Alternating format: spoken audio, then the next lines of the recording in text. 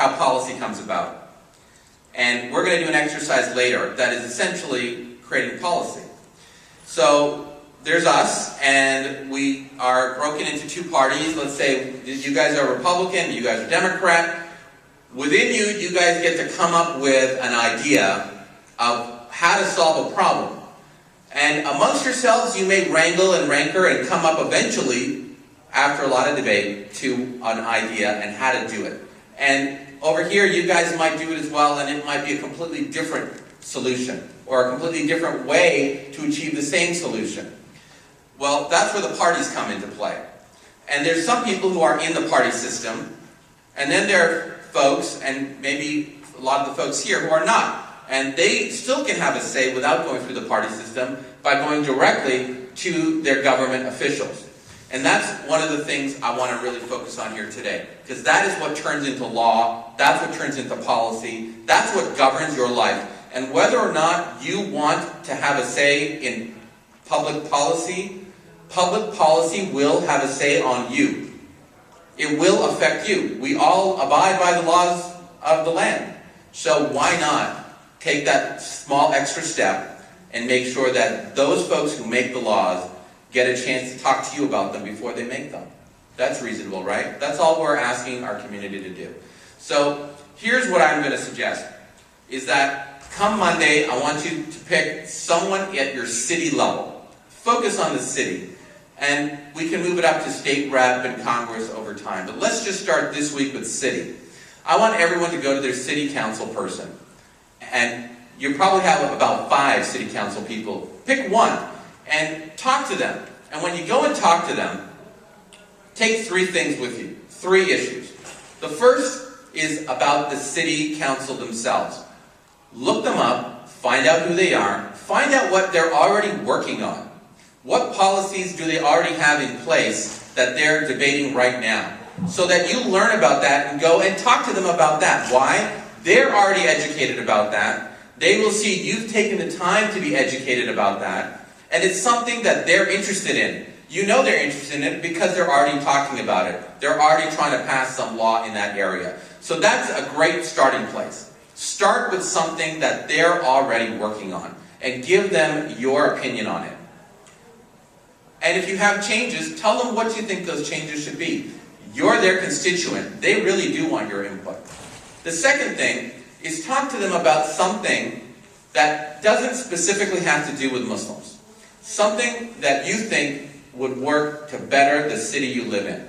Maybe it's garbage pickup. Maybe it's law enforcement. Maybe it's the school system. Whatever it is, pick that, something that interests you and that you feel you have an opinion on, and talk to them about that and a policy idea in that area. And then the third thing is just go and talk to your city council person about the Muslim community and what institutions might be in that city that they should go and visit, that they should interact with.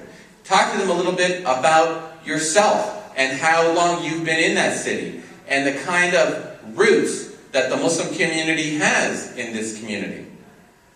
Talk to them about those 3 things. If you do that this week, we will have successfully done something here today. I'll tell you. Putting this whole thing together, when you look at the political structure that this country has, it is really designed for you, the individual, to have a real direct impact on a policy. Because we have so many tools to do that. You have political advocacy groups. You have groups like ours that work to educate people on the political process. You have so many levels of government that you can constantly be going to give them your opinion. And guess what? You have the vote. And really this all comes together by us as a community having a long-term vision. Where are we going with this community? What is the purpose of our political engagement? Are we doing it just to get a picture with an elected official? Is that the real goal? Because I believe historically that's been the goal. And while I'm sure that that person will look great on your wall, that picture will not make policy for you. That picture will not help combat Islamophobia of the type that Farouk talked about that prevented our report from being with us today. So what do we need to do? We need to have a long-term vision. That long-term vision has to include our own young brothers and sisters being in public office. We have to have that as a goal. If that's not a community goal, then I think we're not having the right conversation. What do we have to do then? We have to figure out what's the strategy to get there.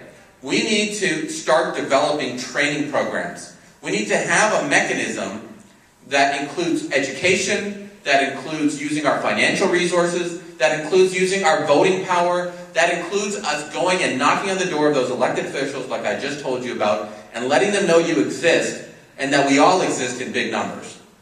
That is the strategy to get this vision accomplished. What are the tactics? We use phone banking. We need folks to go to their mosques, and we need a person. There has to be a government relations person in every mosque.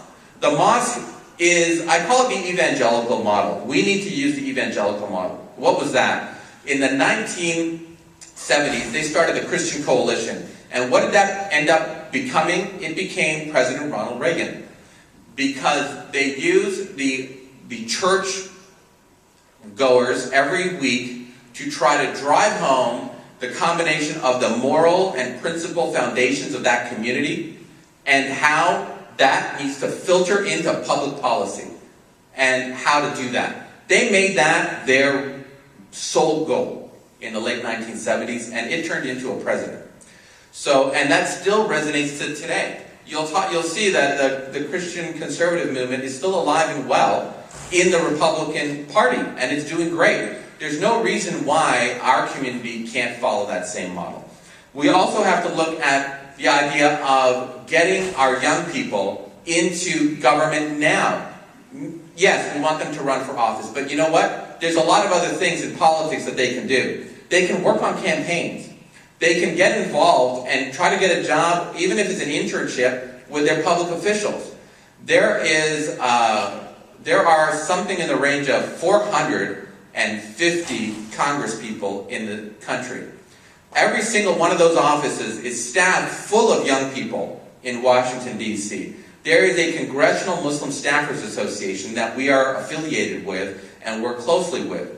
And we're going to be working to try to get our young men and women and put them through that organization into offices in D.C. over the summer. So we're looking to build a number of different avenues using different tools to try to achieve this long-term goal. It's absolutely doable, but it cannot happen unless you start Monday by calling your local city council folks. That's where it starts. It starts by showing you are actually interested in participating. Because if you're not, then we're not going to ever achieve the goal that we've set out. Thank you.